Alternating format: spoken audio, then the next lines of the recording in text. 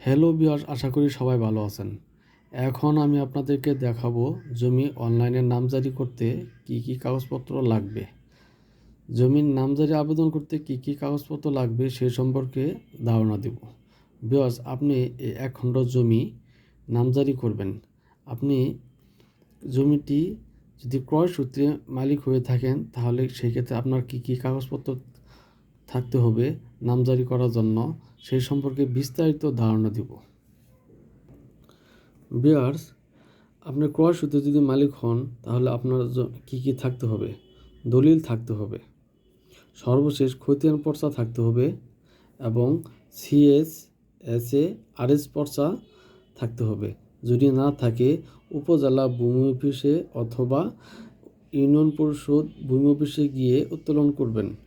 তারপর নিজের voter ID কার্ডের ফটোকপি, ছবি এবং মোবাইল নাম্বার দিয়ে সরকারের নির্ধারিত ফি 1150 টাকার সম্ভবত দিয়ে নামজারির আবেদন করবেন। এটা গেল ক্রয় সূত্রে জমির নামজারির আবেদনের ক্ষেত্রে। ভিউয়ার্স, আপনি যদি ওয়ারিশ সূত্রে জমির মালিক হয়ে থাকেন সেক্ষেত্রে আপনার কি কি কাগজপত্র থাকতে হবে? যে জমিটি আপনি নামজারি করতে যাচ্ছেন সেই জমিটি যদি আপনার বাবার হয়ে থাকে তাহলে আপনার বাবা কাদেরকে রেখে মারা গেছে তাদের নামে, যদি আপনার ভাই বোন থাকে তাদের নামে ইউনিয়ন পরিষদ থেকে ওয়ারিশ সনদ সংগ্রহ করবেন।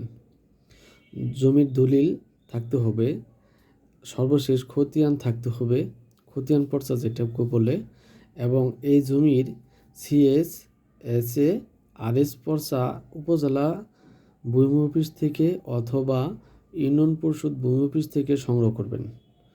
তারপর নিজের ভোটার আইডি কার্ডের ফটোকপি, মোবাইল নাম্বার দিয়ে জমি নামজারি করার জন্য সরকারের নির্ধারিত 1150 টাকা সম্ভবত জমা দিয়ে নামজারি দরখাস্ত করবেন। নামজারির দরখাস্ত মঞ্জুর হয়ে আসলে সর্বশেষ জমির খাজনা পরিশোধ করতে হবে। খাজনা পরিশোধ করে একটা জমি আপনি মালিকানা অর্জন করতে পারবেন। এইভাবে একটা জমি নামজারি সম্পন্ন হয়ে থাকে। ভিউয়ার্স, আপনি যদি আমার ভিডিওটি দেখে একটু উপকৃত হন তাহলে অবশ্যই আমার চ্যানেলটি সাবস্ক্রাইব করে বেল আইকনটি বাজিয়ে দিবেন নতুন নতুন ভিডিও সবার আগে দেখার জন্য। ধন্যবাদ আমার ভিডিওটি দেখার জন্য।